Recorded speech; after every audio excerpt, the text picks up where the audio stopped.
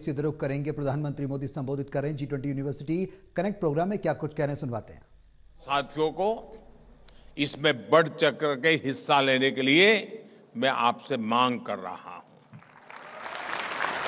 करेंगे पूरा, पक्का करेंगे।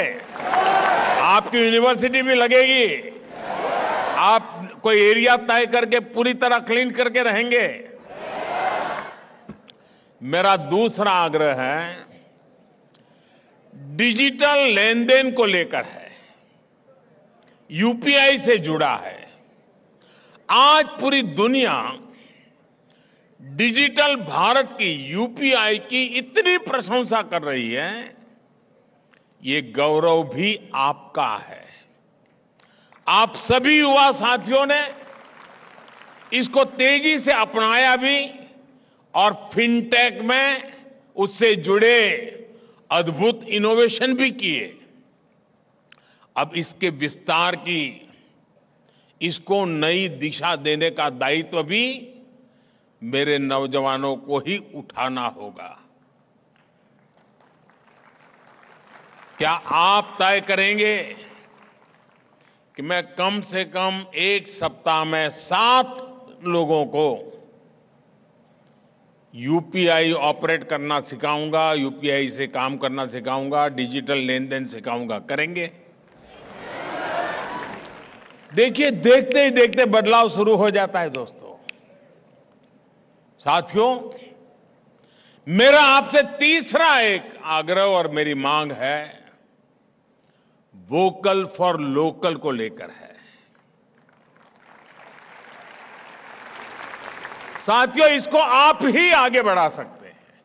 अगर एक बार आपने इसको हाथ में ले लिया ना, दुनिया फिर रुकने वाली नहीं है, मान लीजिए दोस्तों। क्योंकि मेरा आपकी ताकत पर भरोसा है। आपको अपनी ताकत पे भरोसा है कि नहीं मुझे मालूम नहीं, मुझे है। देखिए, ये समय त्योहारों का है। आप प्रयास करें कि त्योहारों में गिफ्ट देने के लिए जो भी आप खरीदारी करें, वो मेड इन इंडिया हो।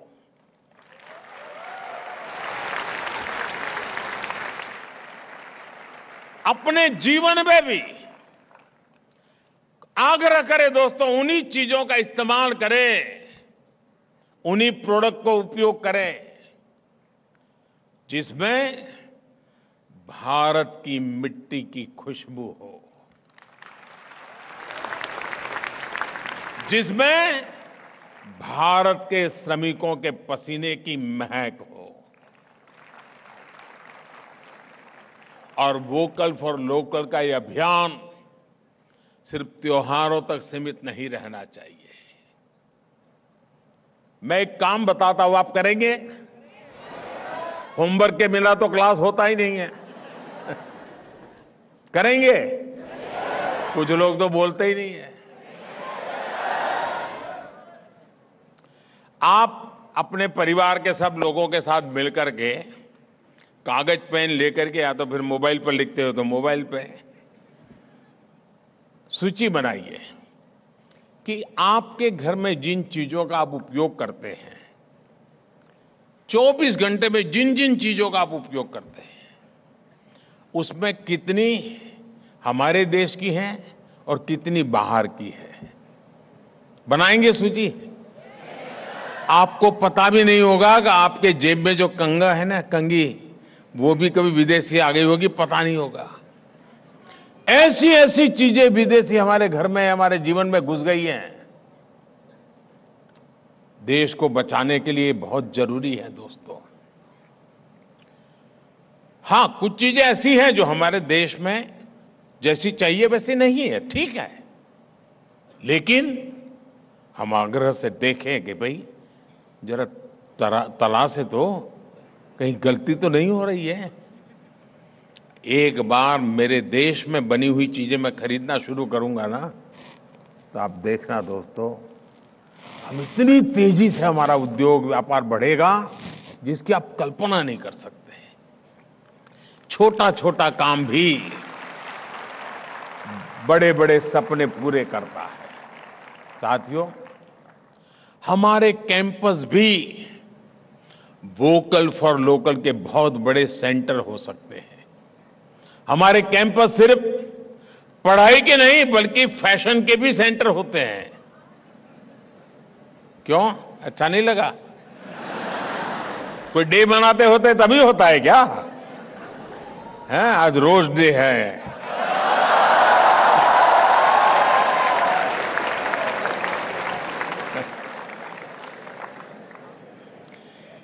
क्या हम खादी को, भारतीय फैब्रिक को कैंपस का फैशन स्टेटमेंट नहीं बना सकते? आप सभी युवाओं में ये ताकत है। आप मार्केट को, ब्रांड्स को, डिजाइनर्स को अपनी तरफ मोड़ने के लिए मजबूर कर सकते हैं। कॉलेज और यूनिवर्सिटी कैंपस में अनेक कल्चरल फेस्टिविटीज होती है, एक्टिविटीज होती है। उसमें हम खादी से जुड़े फैशन शो करा सकते हैं। हम अपने विश्वकर्मा साथियों, हमारे आदिवासी साथियों के शिल्प को प्रदर्शित कर सकते हैं। ये भारत को आत्मनिर्भर बनाने का, भारत को विकसित बनाने का रास्ता है। इसी रास्ते पर चलते हुए हम बड़ी संख्या में रोजगार निर्मित कर सकते हैं। और आप देखिए, ये जो 3 छोटी छोटी बातें मैंने बताई है, आपके सामने जो मैंने कुछ मांग रखी है, आप एक बार देख लेना आपको कितना फायदा होता है, देश को कितना फायदा होता है, किसको कितना फायदा होगा। जरूर देखिए मेरे नौजवान साथियों, अगर हमारा यूथ, हमारी नई जनरेशन एक बार ठान लेना तो इच्छित परिणाम मिल ही जाता है। मुझे विश्वास है कि भारत मंडपम से आप आज जाएंगे, ये संकल्प लेकर के जाएंगे और संकल्प लेकर अपने इन सामर्थ्य को भी जरूर प्रकट करके रहिएगा। साथियों, हम पल भर के लिए सोचिए, हम वो लोग हैं जिन्हें देश के लिए मरने का मौका नहीं मिला है। जो सौभाग्य भगत सिंह को मिला, सुखदेव को मिला, चंद्रशेखर को मिला, आजाद को मिला, हमें नहीं मिला। लेकिन भारत के लिए जीने का मौका हमें मिला है।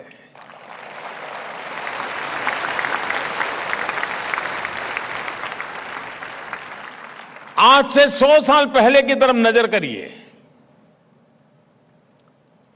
1920, 22, 23, 25, 30 का कल्पना कीजिए आप।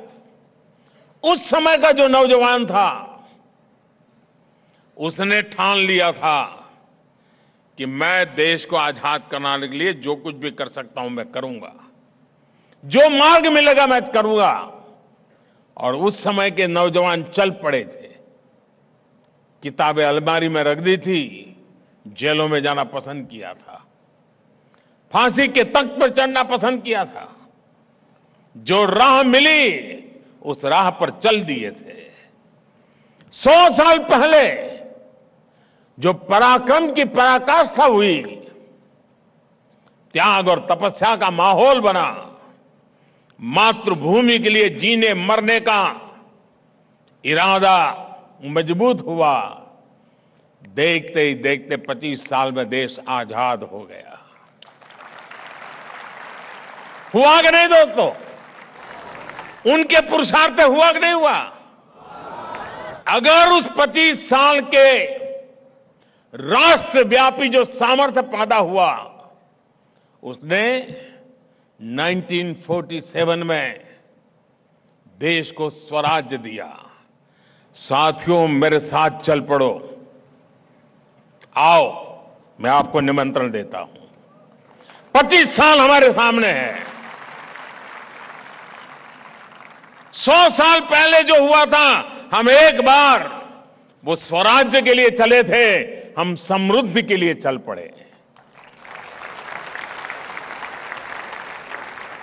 25 साल में इस देश को समृद्ध बना करके रहेंगे, उसके लिए मुझे जो करना पड़ेगा, मैं पीछे नहीं हटूंगा।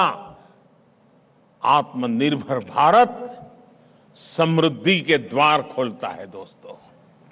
आत्मनिर्भर भारत स्वाभिमान को नई ऊंचाई पर पहुंचाता है। उस संकल्प को लेकर के चलिए, आइए हम मिलकर के एक समृद्ध भारत का संकल्प पूरा करें। 2047 में हम डेवलप कंट्री होने चाहिए।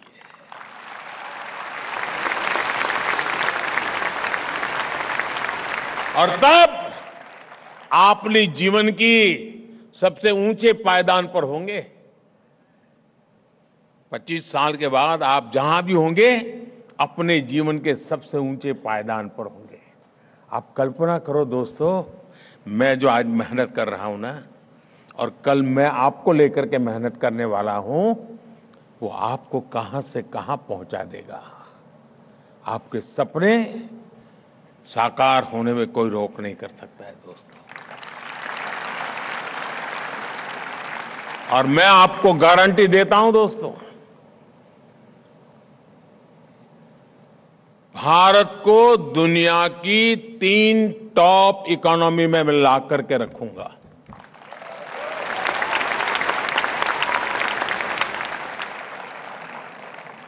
और इसीलिए मैं आपका साथ चाहता हूं, आपका सहयोग चाहता हूं, मां भारती के लिए चाहता हूं, 140 करोड़ भारतवासियों के लिए चाहता हूं। मेरे साथ बोलिए, भारत माता की। पूरी ताकत से बोलिए दोस्तों, भारत माता की, भारत माता की, भारत माता की। बहुत बहुत धन्यवाद।